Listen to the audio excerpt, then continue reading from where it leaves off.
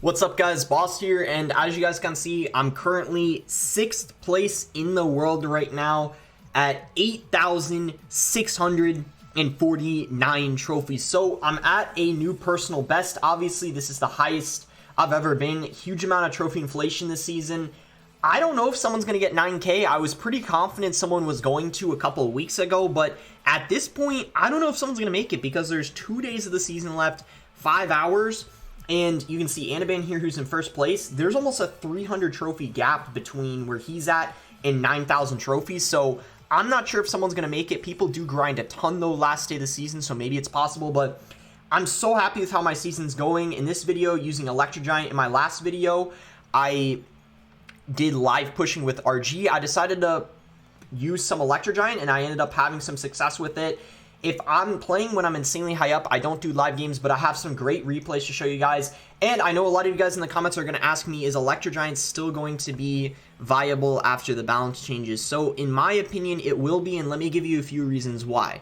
Even though the Electro Giant's getting nerfed, the Bomber and the Mother Witch, they're all getting pretty small nerfs, and you can always make substitutions. So for the Bomber, you could put in Barbarrel. That originally was in Electro Giant when it had the Ice Wiz Baby Dragon variant. It had Barbarrel, so Barbarrel probably going to be a good substitute to the Bomber.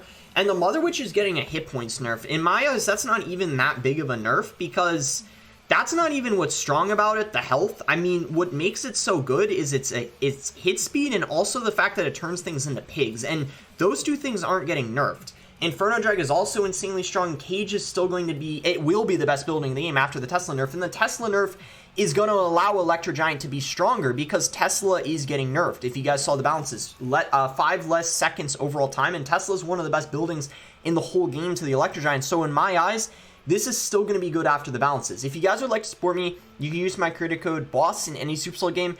Really appreciate all the support. It does mean a lot. The first game I want to show you guys is actually against Anaban. This is his second account. Anaban loves Snipe. He's 25th on it, and then he's first in the world on his main account. He is, I mean, a lot of people consider him the best ladder player of all time because, I mean, he has something like 6 #1 finishes, I'm pretty sure. And especially in the last couple of years, he's just been insanely dominant on ladder. I mean, he's known to be a sniper. What sniping essentially means is trying to match specific people and hard counter them. But it's actually a strategy that's not really easy to do because it's risky. And if you match the wrong person and if you change the deck to match a specific person and you don't get that person that you're looking for, you could, you know, end up like losing. So there's always a risk factor to it, but Anaban is the best in that field, in the sniping field. In this case, though, we have ourselves kind of like a mirror match, and you guys can see I'm going to have the advantage because he has the Electro Drag, which I have Lightning for. I kind of hesitated on that Lightning because I didn't know if he was going to drop a Goblin Cage or not, and because he didn't, I just decided to go ahead and Lightning. Mother Witch here was good because I wanted to whittle down that Brawler and just kind of like help fix my cycle a little bit because I knew he was going to go for a Electro Giant in the back here. And I get ready to go for Dark Prince. You don't want to pre-place your cage. When you're playing against E-Giant and someone goes E-Giant in the back, don't cage right away. If you do that, you're pretty much going to lose because they're just going to save Elixir, Lightning it, and then just Tornado your Inferno Drag into the Electro Giant circle. So instead, you want to wait, cycle your cards like Dark Prince, Bomber, wait for that Electro Giant to actually work its way down, and then you can kind of kite it a little bit, and also make sure you can space it out so they can't hit the tower and the cage. So you see, that's what I do. And then here I go for a Tornado. I don't play my Inferno Drag because I know if I do that, he would just, you know, Tornado into the E-Giant. Instead, I play my Mother Witch. It kind of helps distract that Dark Prince a little bit too, since I played it high up, as you could see. I go for my own Dark Prince here, and this forces an Inferno Drag out of him. So here I potentially might have made a little bit of a mistake because I think I could have gone for an Electro Giant here. You guys can see I wasn't sure, though. I wasn't sure if I could get it down in time. Like, see how close it was? I had 8 Elixir right there, but the Inferno Drag, like, locked on immediately after. And you know how when you get the Elixir for a card, it takes, like, half a second to play the card? So I didn't want to take the risk of dropping the Electro Giant and potentially having the Inferno Drag lock on my tower, like, 1/10 of a second before. So I think that was the smart play. I mean, luckily, you know, it didn't, you know, cost us at all, like using that Lightning, and then he gets the you know, value of this Electro Drag here with me not having that Lightning and Cycle, of course. So, I mean, E-Drag gonna get distracted by the Electro Giant, which is really good. And then this Mother Witch here was kind of good because even though he bombered to predict it, look at that Tornado pulling everything there. And then the Mother Witch hits the Inferno Drag and then gets targeted on the Electro Drag. Did you see that? That was so good because then I get 2 pigs. So the fact that the Mother Witch retargeted got me another pig. It forces a Tornado out of Annabelle here, and just like that, his cycle is not great. He's down an Elixir, and just everything is going our way. I mean, that Mother Witch kind of clenched this game. I feel like it was already going well for us, but that pretty much won us it. I go for another Mother Witch here. Gonna Tornado the Inferno Drag into the Electro Giant circle, which of course is what you want to do. And then I just keep up the pressure here because I know he's going to have to continue playing Elixir on defense. And if he doesn't get an E-Giant push going, he's not going to be able to come back and win this. I just want to prevent him from going in for as many E-Giants as I can. I mean, sure, it's not too difficult for me to defend, but I don't want to give him a chance. Probably a bad Electro Drag here. I don't really know why he did that, to be honest. Like, I don't know why he... What I mean by I don't know why he did that, I don't know why he didn't play the Electro Drag, like, kind of in the middle. Like, because if he plays it more towards the middle, you know, to the left, see where the Inferno Drag is right now, kind of to the left of where it was, instead of to the right and kind of closer to the tower, I wouldn't have been able to lightning the tower. So pretty much he just gave me a free lightning there. That's why I'm saying that was like not a very good play. But it probably, in his mind, he wasn't really thinking about that because the game was already going downhill for him. So he probably, I don't know, like wasn't paying attention, and that's probably why he made that mistake. But anyway, we can go for an Electro Giant here. It's just going to help tremendously against the Inferno Drag, obviously, and also that Dark Prince. And then he goes for another one, and this is where things get a little scary. But look at this. I do this really smart play here. Do you see how he went for the Inferno Drag? Because he wanted to... He wanted to... Well, he wanted to play the... Oh, sorry, this wasn't it. But... Never mind. Nothing happened. Never mind. I thought what I did is I went for Dark Prince predicting his Inferno Drag because he tried to go for an Inferno Drag on my cage to take it out quicker. But anyway, it doesn't matter. You know, we won the game. This is pretty much it here. This is the last push. Oh, no, here it was, I think. He, Nah, never mind. I'm forgetting things now. All right, but I Tornado this back, and yeah, that's GG. I mean, clearly he can't build up another push. He's spamming the CRL number 1, the laugh. He always gets really salty when he loses. I mean, a lot of top ladder player does. A lot of top ladder players do, but Anaban especially. So, nice win there. Next one I can show you guys is against Air Surfer. If you don't know who Air Surfer is, he's, in my opinion, the best American player in this whole game. I mean... He's really, really good in ladder, really, really good in competitive. I mean, he's already clinched a spot in the CRL World Finals. I don't know if you guys are following CRL, but yeah, he's the best player in the United States, I mean, without a doubt. So he's using RG Cycle, and I mean, we have a pretty good matchup here. We don't have a hard counter because single Elixir is a little dicey, but luckily we didn't have too much of an issue in single Elixir, which you'll see. And also, I forgot if I said this in the first game, but please subscribe if you guys don't want to miss any of my content. And for those of you who don't like these replay videos, I'm going to do I might do a GC video that I upload either tomorrow or Sunday. So either Saturday or Sunday, trying to get 12 wins with Hog. I was going to do that, but since I was high up on ladder, I really wanted to get this replay video out to showcase the games that got me high on ladder.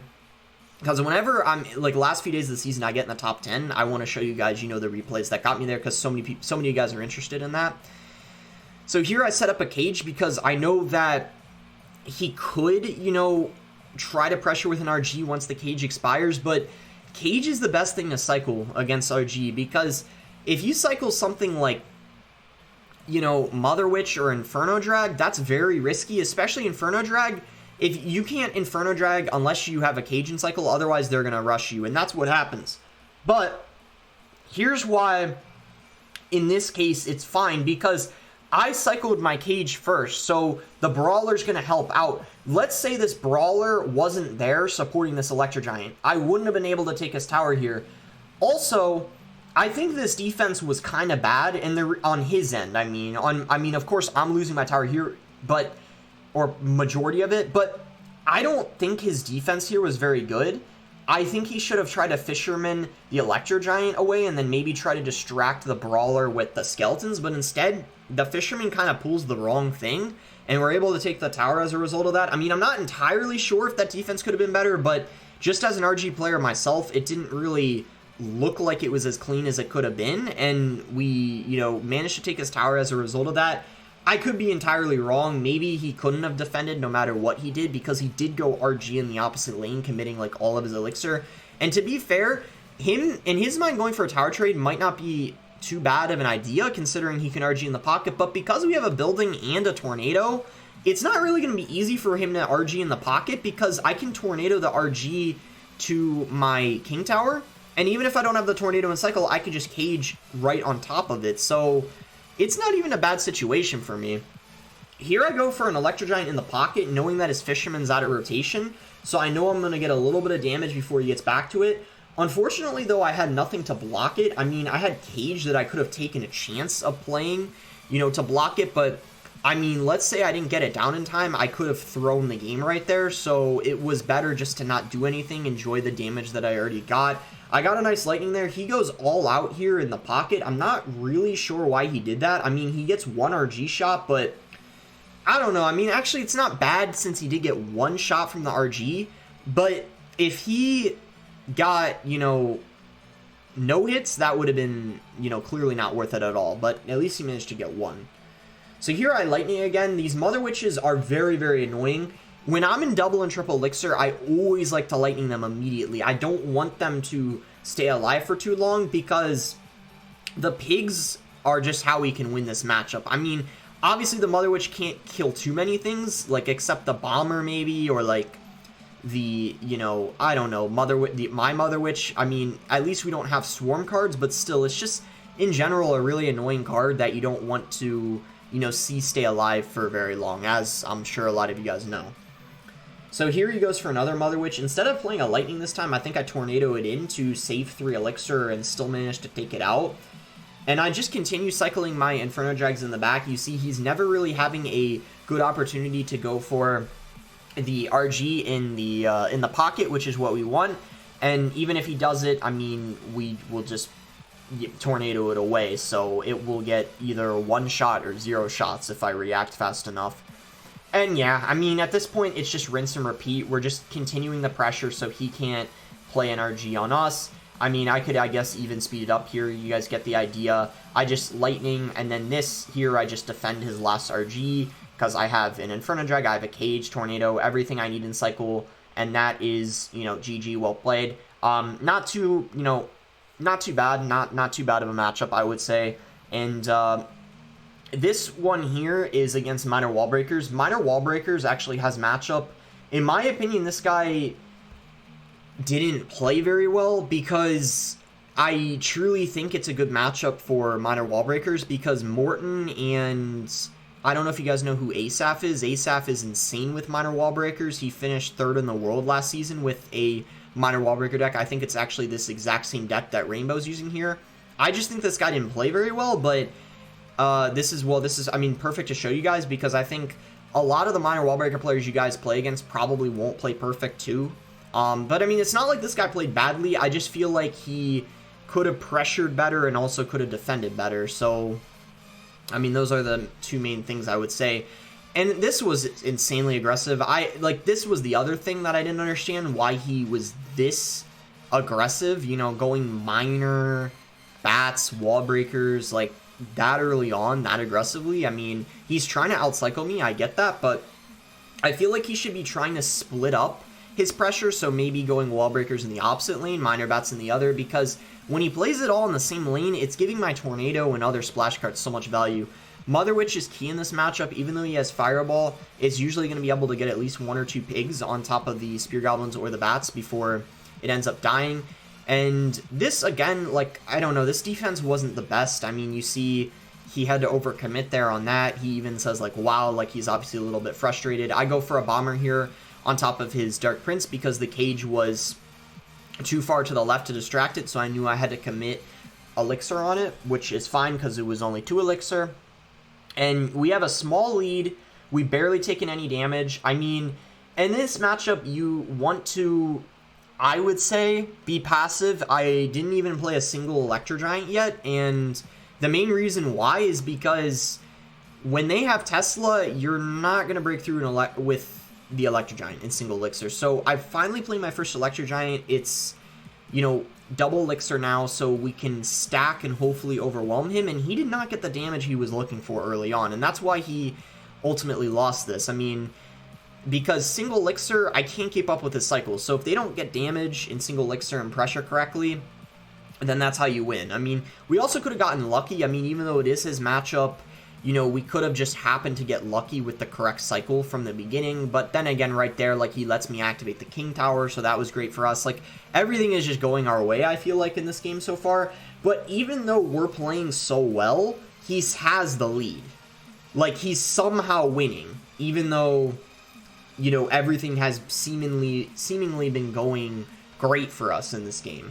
So, he, though, has to spend a good amount on defense, so I'm like, alright, let's just Inferno Drag, and he goes for the Wall Breaker, so I go for the Mother Witch, and I'm not... See how patient I am with my Electro Giants, and that Fireball was bad. He didn't hit the pigs, and again, he has to overcommit with the Dark Prince, so this is what I mean. Like, he's overcommitting so much on defense because he's not pressuring correctly, and I'm getting the correct support cards down, and when he defends incorrectly, he can't pressure with the cards he wants to, and it just got really awkward for him quickly.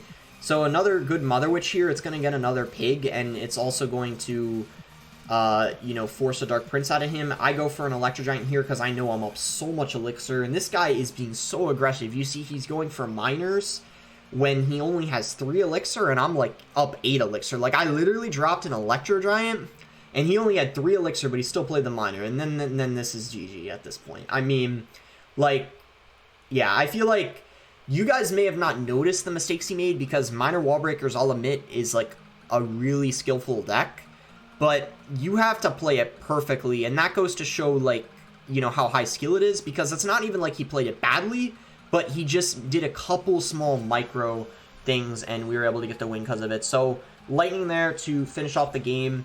Nice win, and got a couple more. We got Golem and Giant Graveyard. All these decks on variety of different decks, right? Like, variety of different decks in this video. I'm showing you guys, you know, the matchups, like how you want to play them. These are like all the decks that are good in the meta. A good amount of them will be good in the next meta. Ooh, want to talk about those in the Night Witch. Night Witch, guys, here's what I think about Night Witch. Golem Lightning will still be viable, but Golem Clone is dead. Golem Clone is dead.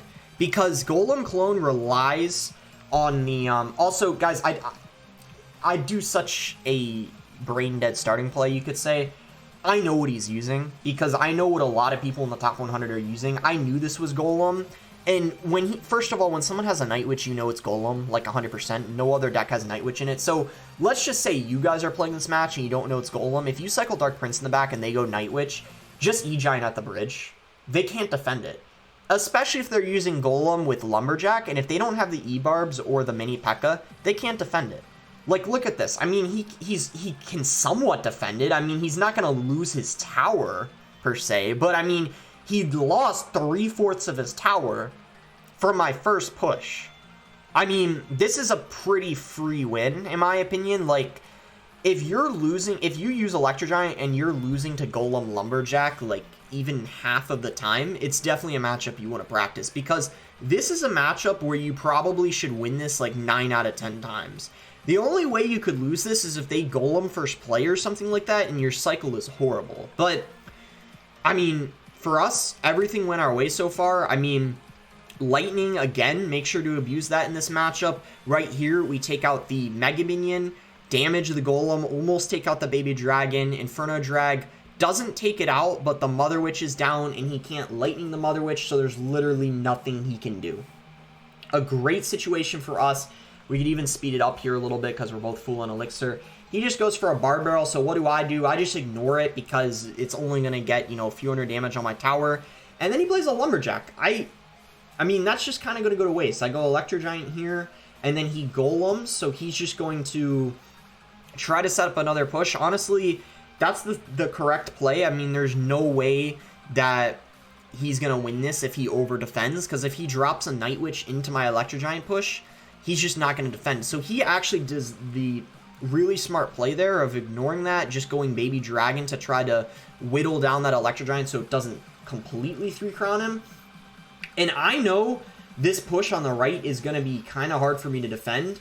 I go Electro Giant, and in my mind, I know there's a good chance he's going to take my tower because he has so much support cards down, but it's alright because as long as he doesn't 3-crown his tower so low, so I just go Mother Witch here on the bats because I know what he has down isn't going to 3-crown me. It's just some Baby Dragons and Golemites, nothing too, you know, problematic for us. And then just Dark Prince here, and then I just go for an Electro Giant 3-crown because there's no way he can defend. So yeah, that's GG, well played. I mean, it's you know, it's an extremely easy matchup that you should win pretty much every time. Now we got one here. This is the game that actually officially put me 6th place in the world at 86.49, my new personal best. This is the final game that put me there. You guys can see this. He's using Giant Graveyard. This is actually Jorge Luis. He pushes this account. He pushes usually every single season at least 2 accounts, sometimes 3. He's actually finished #1 in the world with Giant Graveyard. He's the best Giant Graveyard player in the whole game, pretty much the only one who has success with it. And you know, it's kind of crazy how well he performs with it on ladder, just with how weak it is in the meta, in my opinion. I mean, it does really good against Goblin Drill decks, but besides that, well, actually, it probably does good against Lava, too, because he has Inferno Drag and Arrows, but Electro Giant, for example, does very good against it. So, you can see here, I go Electro Giant at the bridge. Okay, going really aggressive, as I did with the Golem match. So, you might be asking, okay, why did I do that? Well, first of all, I kind of knew what he was using when he went for Dark Prince and Arrows, because this guy I always play against on ladder. I knew what he was using, and even if I didn't exactly know what he was using, it wouldn't have even been a bad play, because I was up a tiny bit of Elixir since he went Dark Prince Arrows, and I just went Bomber Cage, so I was technically up 1 Elixir. I had the Brawler down 2. The Brawler, in a way, is worth, like, probably almost 4 Elixir, because the Cage costs 4 Elixir, but the Cage is just part of the utility. You get the Brawler too, so you could argue I was up like 3 or 4 Elixir. That's the way I think about things. I don't think a lot of people think like that, but what I always like to do is try to punish the person, even if I'm up like only 2 or 3 Elixir, because if you know what they're using, sometimes just 2 Elixir can be enough to know, you know, what to do to punish them, if that makes sense. Especially like if you know who it is and like what the deck is, but that's just something always to take advantage of, in my opinion. So you know, he has a chance, right? But I'm not gonna, I know what to do. I'm not gonna be over aggressive. You know, you might be asking, why don't I just go E-Giant and 3-crown him right here?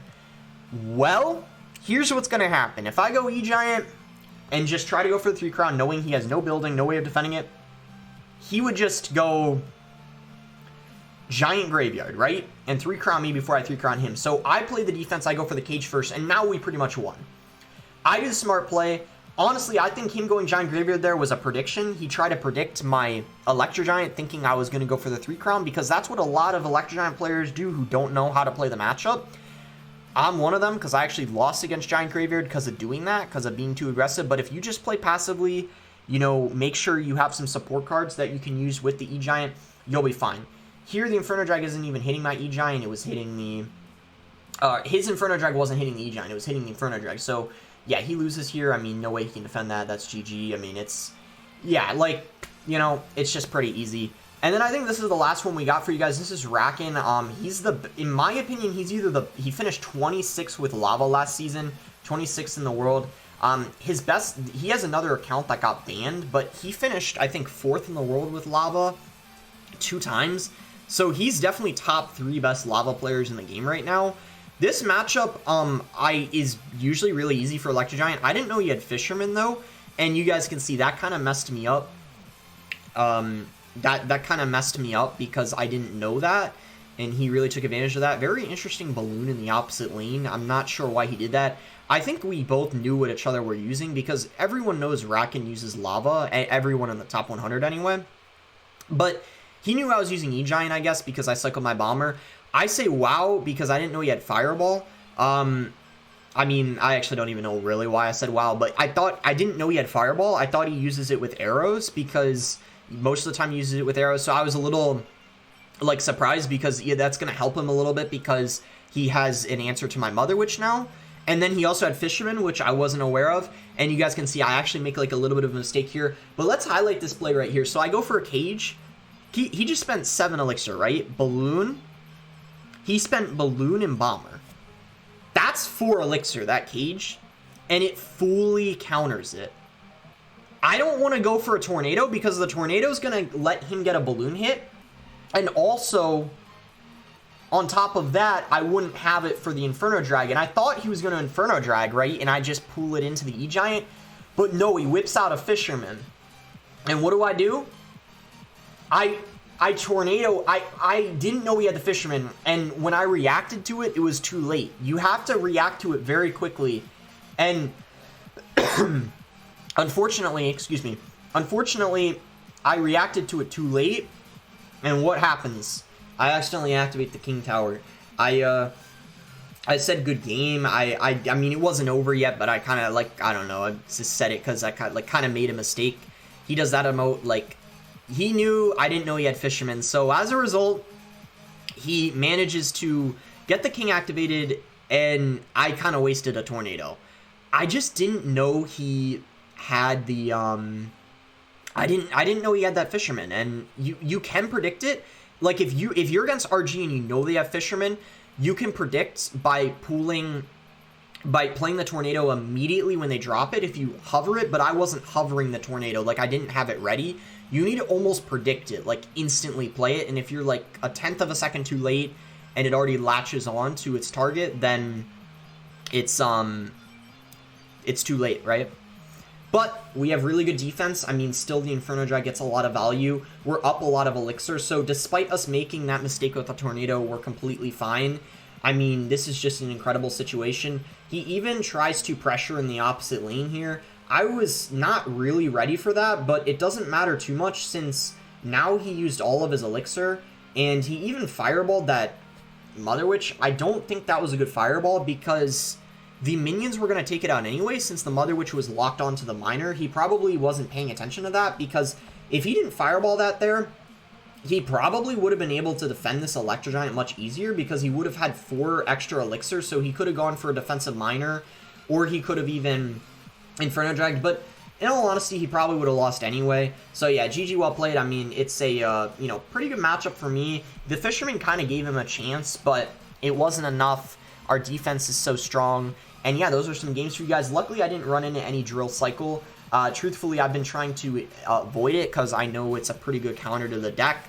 And because I have a really good friends list, when I see, you know, drill players like in a game, I might like search them because I don't want to like obviously queue into like what the worst matchup would be for this deck. But overall, Electro Giant does good against, like, Lava, does good against Golem, you know, Giant Graveyard, pretty good against most RG decks, unless if they have RG E-Wiz, otherwise it's pretty good for Electro Giant if they don't have the E-Wiz. But anyways, I hope you guys did enjoy the video. You know, I hope I can finish the season strong. 2 days, 5 hours left. I mean, anything can happen, but I've been, pretty much ever since the season started, I've been consistently high up on ladder. I've, as you guys know, hit #1 2 times. I have been in the top, like, 10, like, several times, like I am right now, and, yeah, we'll see what happens. I don't think, unfortunately, anyone's gonna get 9K, but, I mean, we'll see. I'll try to at least get, as high up as I can, maybe, like, 8,900, or something like that would be an incredible personal best, and yeah, I mean, we'll see what happens, but that's gonna be it for the video. Maybe my next video will be a GC video, maybe tomorrow or Sunday, because I don't think I'm going to do another ladder video. Definitely not live ladder, but maybe I'll do replays if I hit #1 in the world. I'm sure you guys, some of you would enjoy watching that. But again, sorry if you guys don't enjoy replays. A lot of people do, though. I feel like you can learn a lot from them. But anyways, that is going to be it. Make sure to like if you guys did enjoy it. Subscribe if you aren't subscribed already. And thanks again. Until next time, guys.